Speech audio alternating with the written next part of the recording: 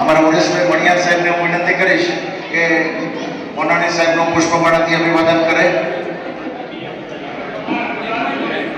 અને એટલા માટે હું કહું છું કે કેટલા વ્યસ્ત છે અને એના શબ્દ એના તરફથી બે શબ્દ પણ આપણે સાંભળવાના છે. એટલે મોનાણી સાહેબ.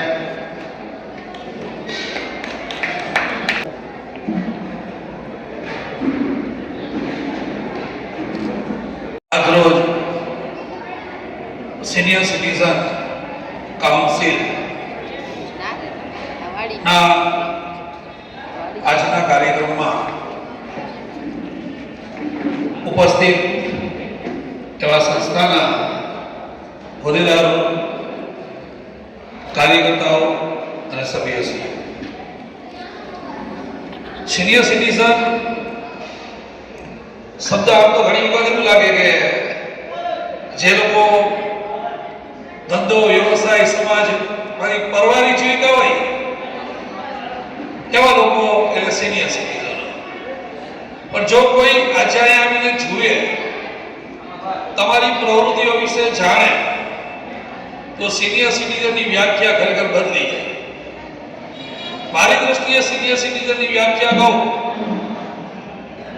તો જીવનની અનેક તરકી છાયણી જોઈ અને અનુભવોનું વિશાળ ભાથું બાંધી અને પોતાની સેકન્ડ ઇનિંગ શરૂ કરનારા યુવાન મિત્રો એટલે સિનિયર સિટીઝન. આજનો જે યુવાન જેને આપણે ગણીએ છીએ 20 વર્ષ 21 વર્ષ વાળો, એની પાસે યુવાની છે, જોશ છે, ઘણી વાર હોશ નથી હોતો. એ ઘણી વાર કોઈ કાર્ય કરે પછી આયોજન કરે, અનુભવ થાય એટલે આયોજન કરે. આપ સૌ પાસે અનુભવની મૂડી છે અને એ મૂડી આપ સૌ આપની પ્રવૃત્તિઓ થકી આપ સૌના ઉત્કર્ષમાં તો વાપરો જ છો, પરંતુ સાથે સાથે સમાજને પણ આપ સૌ આપની પ્રવૃત્તિથી માર્ગદર્શન આપી રહ્યા છો. આપની અંદર જે જોશ જોઈ જે રીતે આપ સૌ કાર્ય કરો છો, તો આપને આમ કોઈ ઉંમર લાયક વ્યક્તિ કેવી રીતે કહી શકે? આપ તો યુવાનો છો, સતત એક્ટિવ છો, ખુદના વિકાસની સાથે સાથે સમાજનું પણ ભલું ઈચ્છો છો. ત્યારે આપ સૌ જે પ્રવૃત્તિ કરો છો એને બિરદાવી અને હું આપ સૌને વિનંતી કરીશ કે વારંવાર તમે અમારા સમાજની અંદર આવો, તમારો કાર્યક્રમ કરો, અમારાથી શક્ય હોય એટલું તમને મદદરૂપ થશું. કારણ અમારા સમાજની આ જગ્યા કુદરતી રીતે આવા કાર્યો માટે બહુ વપરાય છે.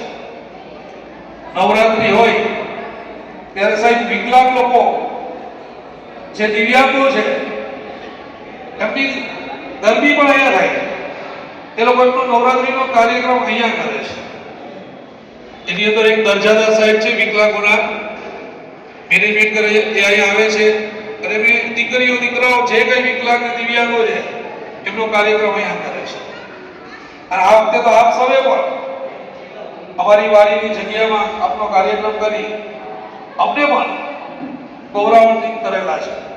ત્યારે આપ સૌની પ્રવૃત્તિને બિરદાવી આપ સૌ નું જીવન ખૂબ જ સુખમય બને, આરોગ્યપ્રદ બને, સાધન સંપન્ન બને અને આપ સૌ સમાજને સતત માર્ગદર્શન અને પ્રેરણા પૂરી કરતા રહ્યો એવી પરમાત્મા પાસે પ્રાર્થના સાથે મારા શબ્દોને વિરમું છું. આભાર, ધન્યવાદ.